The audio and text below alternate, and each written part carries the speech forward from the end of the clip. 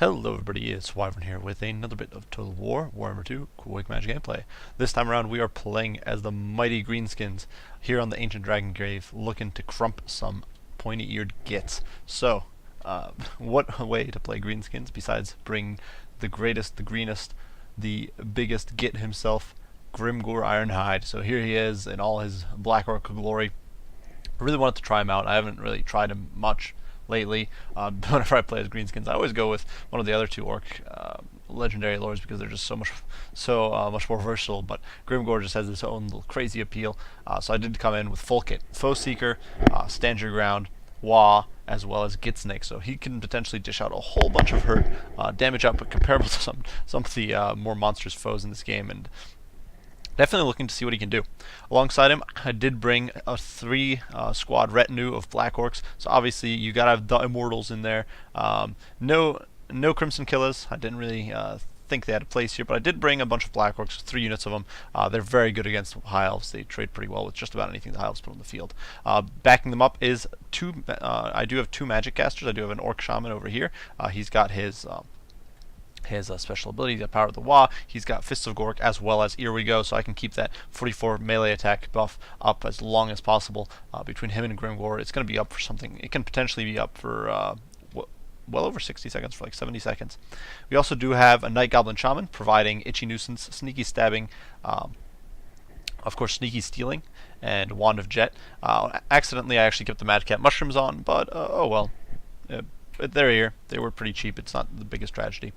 For my front line, I do have the AP Loonies, Night Goblin Fanatics, zoning my opponent away, providing a little bit of an unbreakable formation if my opponent decides to bring Terror. They, of course, will help the Black Orcs by providing poison, so that'll be pretty useful.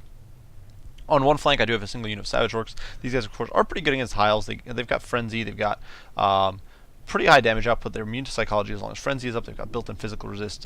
Then they're very quick on their feet. So if my opponent went with a more conventional or more strung-out, spaced-out build with more archers, these guys could flank around and get in the backline a little more easily. Out behind that, we have 2 units of Savage Orc Arrow Boys as well as the Goblin Archers. I actually didn't have enough for the Rusty Arrows in here, and I didn't really feel like doing a full Goblin firing line, so I did want those Savage Orc Arrow Boys in there. And these guys, of course, can dish out the hurt to enemy cav or infantry if need be in melee, and of course shooting wise they're decent. They've got 6 armor piercing damage out of their 20 or so missile damage, so definitely not bad. 2 Nasty Skulkers flanking that. You can see over here my opponent already circling around with Lyrian Reavers, being a nuisance. Some Nasty Skulkers on the flanks to pin my opponent down. The Broken Tusk Mob, of course, to provide some armored and armor-piercing anti-large, as well as that providing that Encourage aura. And in the back we do have the Mogur's Mangy Marauders, who I'm keeping hidden. I really don't want to reveal them. I don't want to pull them out into the open because I wasn't sure what my opponent had hidden somewhere, and I really didn't want them getting caught up by the Lyrian Reavers, because that would be an absolute disaster. And these guys can do a lot of hurt. They're very cheap, but they can do a lot of damage because they do have armor-piercing missiles. And if you look here, you can see 10 armor-piercing damage per shot, and shooting pretty quick, so they can do a lot of damage to some of these troops my opponent brought here. For my opponent's build, he did bring Tyrion, looking all fancy over here on Malhandir, his horse, so looking pretty fancy. I don't know what's up with the camera, it's being all weird, but either way, he does have the Sunfang. He's got a Faint Riposte as well as Stand Your Ground, though no Heart of Averlorn. Lore Master of Hoth with Earthblood, Malkuth Mystify Miasma, and Spirit Leech. Always a pretty good selection against the Greenskins. The front line composed of 2 spears just to kind of buffer his front line for my charge. 2 units, and I really don't know what's up with my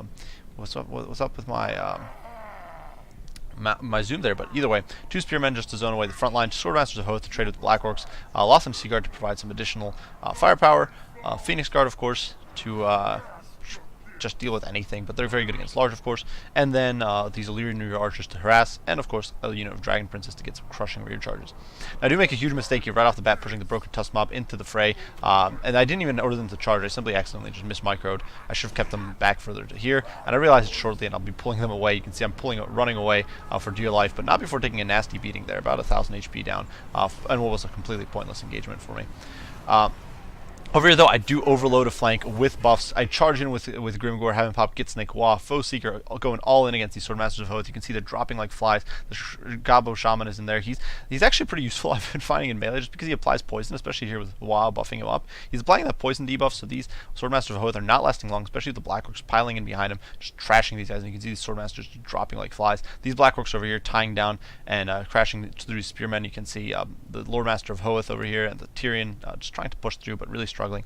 While over on the flank, this unit of Swordmasters of Hoth, rather than piling in against the Black Orcs, which would have probably been a good play, are stuck here against Savage Orcs, trying to help these Lyrian Reaver Archers. And I think my opponent underestimated or the speed of the Savage Orcs, and so he didn't micro his Lyrian Reavers, and you can see they got caught up there and beaten down pretty badly before the Swordmasters finally do punish those Savage Orcs.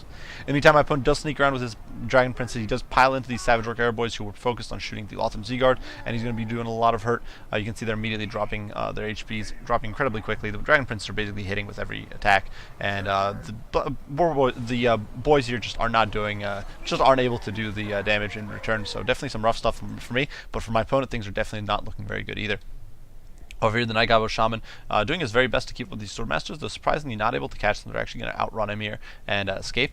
But over here, the Lothern Seaguard do get piled into. My opponent hits my Orc Shaman with his Spear Leech. Not entirely sure if he was aiming for Grimgore. It doesn't really matter, though. The Black Orcs are still strong, and they're going to crump through these Lothern Seaguard very, very quickly.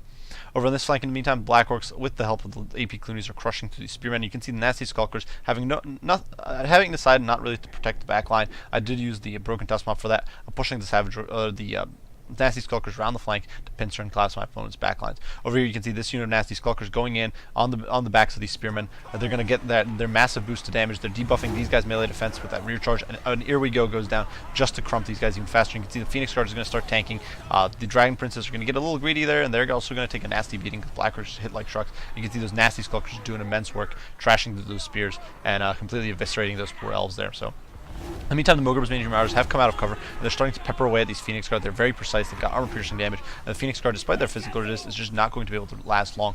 These guys are just doing quite a bit of work, and my opponent is not really able to shut them down. So you can see the Phoenix Guard there getting peppered down. Over here, I do actually pull the, and once again, that camera being silly, but the AP Gloonies do get clear. You can see here we go, just going down. More damage going down. Then Earthblood trying to keep the Phoenix Guard intact, but it's really not happening. They're getting rear charged once again, applying that melee defense debuff, and with the Black Orcs in there, they are not long for this world. They're just getting completely trashed. In the meantime, over here, you can see the Orcs do get overrun unfortunately, by the Dragon Princes, but buffed up by Fists of Gork, the Boar Boys are running these Dragon Princes into the mud and really kind of trashing them, laying the smackdown on them, and they're forced to rout. At this point, my opponent's line is definitely buckling. You can see these Swordmasters are actually sitting around here, lounging around, doing nothing. I'm not entirely sure what my opponent was thinking. Perhaps not really sure what to do at this point with his front line so horribly shattered. You can see the Swordmasters do finally commit here, going in against the AP Cloonies and Nasty Skulkers, but you know the Black Orcs aren't going to let their little pals get pounded in, and you can see they're just diving in, and you can see they're so huge. The Black Orcs are massive compared to the Swordmasters, and they're laying some absolute whooping on these guys. You can see that poor guy just got hacked down. The constant arrow fire is pressuring the Swordmasters pretty heavily, and making them and it's going to make them lose their martial prowess in a little bit. They're only a couple hundred HP away from losing it. Once they lose their martial prowess, they are going to be in for a very bad time against the Black Orcs. And you can see over here another unit of Black Orcs just piling in. A bit of a bad charge because they're in a column, but plowing into the Lothern Seaguard, who are trying to jab at them with their spears, but they really don't stand a chance as this game is wrapping up. You can see my opponent did get a few units rallying on the fringes here. You can see these Dragon Princes actually chased off by the Broken Dust Mob all the way to the edge, but there are a few units rallying here and there, these Swordmasters, these Lothern Seaguard, but it really doesn't matter at this point. Tyrion is stuck here in the pits. He's trying to defend himself against Grimgore, but Grimgore's having none of it. Gits Snake and Wall going down, so you can trump this Git, and you can see Tyrion, especially with no Heart of Avalorn, he's doomed, and my opponent's army at this point simply shatters. So a Pyrrhic victory for the Greenskins, and actually I was a little surprised by the Pyrrhic fact, but Greenskins I've been finding have a really good matchup against the High Elves. Obviously you still have to watch out for Fear and Terror, but they can really crump some pointy ears pretty quickly. If we look at the lineup, simply put, being able to crush through the Swordmasters of Hoth so quickly between Grimgore has pretty good cleave on his attacks, and he does quite a bit of damage per hit, of course. So when he piles in with Wall active, and he's got Black Orc coming in behind him, and he's getting debuffs coming down from the Night Goblin Shaman, he can tear through a unit of Swordmaster of Hoth incredibly quickly. And because my opponent's army was so elite focused, when he lost the unit of Swordmasters, that was an absolutely disastrous blow. And you can see they only got 11 kills on the Black Orcs before succumbing to that overwhelming attack. And that was it. From there on out, the Black Orcs just piled through, crushed the Lothern Seaguard, and kind of wrapped up my opponent's flank. And he also made a slight error, I think, or misjudgment, ordering his Swordmaster of Hoth to engage on the Savage Orcs. In my opinion, that was a mistake. Should have probably just let the Illyrian Reavers kite away, maybe use the unit of spears, or even let the Lothern Seaguard tank it, because those Swordmasters were desperately needed in the front line against the Black Orcs, and not being there was a huge problem. The Dragon Princes did huge amounts of work against the backline troops, but it ultimately did get shut down by my anti-large units. Savage Orc Cowboys, well, they didn't do too much, but honestly, there wasn't that much for them to shoot. Mogur's Mangy Marauders did some huge work when they rolled out of cover and started sniping away at my opponent's elite infantry. So they definitely got massive value. Just a great unit overall. The AP Clooney is raking 65 kills, probably a good amount of that against Spears, but they also did get a nice little spin to win off against the Swordmasters early on, and that definitely proved pretty useful. So, fun little build. Obviously, probably not the most competitive. Grimgor himself is kind of a mediocre lord in a lot of ways, but he definitely, when he works, and he can definitely dish out a lot of hurt, and just crumping his way through the Swordmasters, through the Loremasters, through the Swordmasters, through all these troops is just hilarious. He's an absolute wrecking ball, and it's a lot of fun. So great game to my opponent, Ellery here. I do hope you guys enjoyed the video. Hope you found it entertaining to watch some Greenskin action, and yeah, if you have any comments, criticism, anything like that, be sure to share them down in the comment section down below. If you enjoyed, be sure to leave a like and subscribe. And as usual, guys, I do appreciate all for watching, and I'll see you all in the next one. Bye for now.